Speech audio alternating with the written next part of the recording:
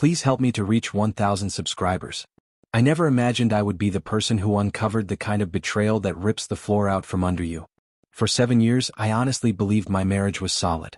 From the outside, we looked like the couple who had everything figured out.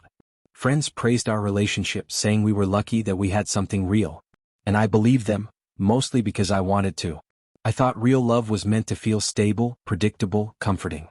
But all of that shattered in a single night. It started small. So small I brushed it aside.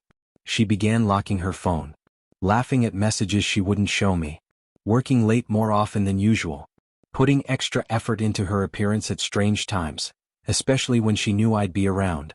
I told myself not to overthink it. I convinced myself that trust meant pushing those doubts away. I wanted to believe she was still the woman who promised me forever. But then came the night when everything snapped. I couldn't sleep. Something in my chest felt wrong, like a warning I couldn't ignore anymore. While she showered, I picked up her phone. I hated myself for it, but the urge was overwhelming.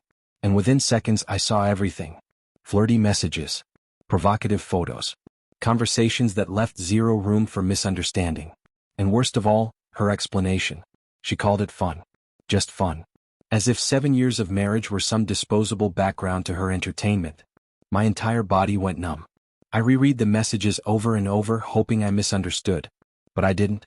She wasn't ashamed. She wasn't conflicted. She was carefree, laughing, joking, acting like her infidelity meant nothing. Something dark and heavy settled inside me. A mix of heartbreak and fury so strong my hands actually shook. And then, strangely, came clarity. I understood in that moment that there was no coming back from this. I couldn't stay with someone who treated our life together like a pastime. The next day I filed for divorce. No dramatic confrontation, no shouting match. I simply packed my essentials and stayed with a friend. Signing those documents felt cold, but also like I was reclaiming a part of myself I didn't realize I'd lost. Some people were shocked. A few told me I was overreacting, that I was throwing away a marriage over one bad choice. But they didn't read what I read. They didn't see how casual she was about destroying us. Weeks passed. I focused on rebuilding, my schedule, my peace, my sense of worth. Then, out of nowhere, she messaged me. "Can we talk?" At first, I ignored everything she said. Why respond to someone who treated me like a backup plan? But eventually, emotion and unresolved anger pulled me in, and I agreed to meet. When I walked into the cafe, she looked like a different person, washed out, nervous, almost fragile. Gone was the confidence she'd flaunted while betraying me. Her hands shook as she reached for mine. "I ruined everything," she whispered. "I don't know what I was thinking. Please just listen." She sobbed, apologized, begged. She promised she'd change, that she'd do anything to make things right. Every word was crafted to hit the part of me that remembered the good years.